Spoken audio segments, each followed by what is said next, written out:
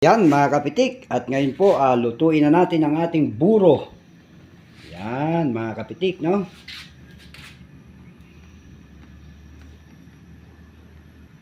Lagay na po natin ang luya.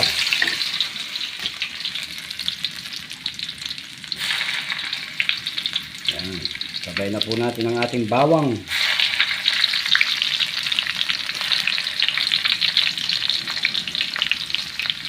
Yan mga kapitik.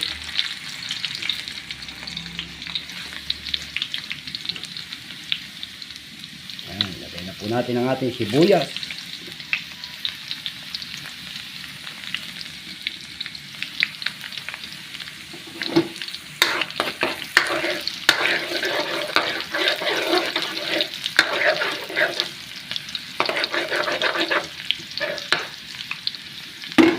Ayan, at ilagay na rin po natin ang ating kamatis, ang ating sili.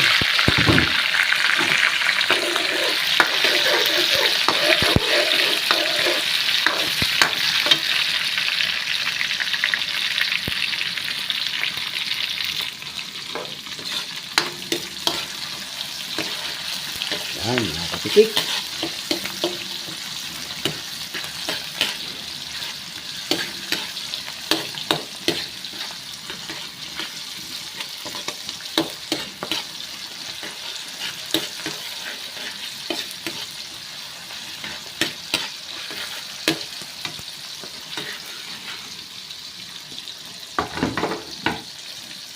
Yan, at ilagay na po natin ang ating buro.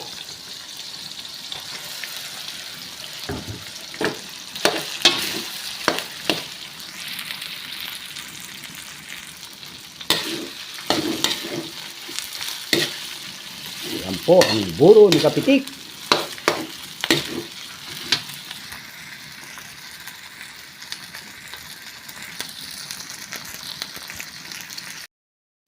At syempre po, hindi mawawala ang ating ginisa. Ang ating Ajinomoto.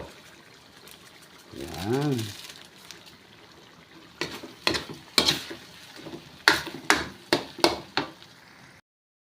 Okay mga kapitik, at ngayon po, luto na ang ating delicious buro.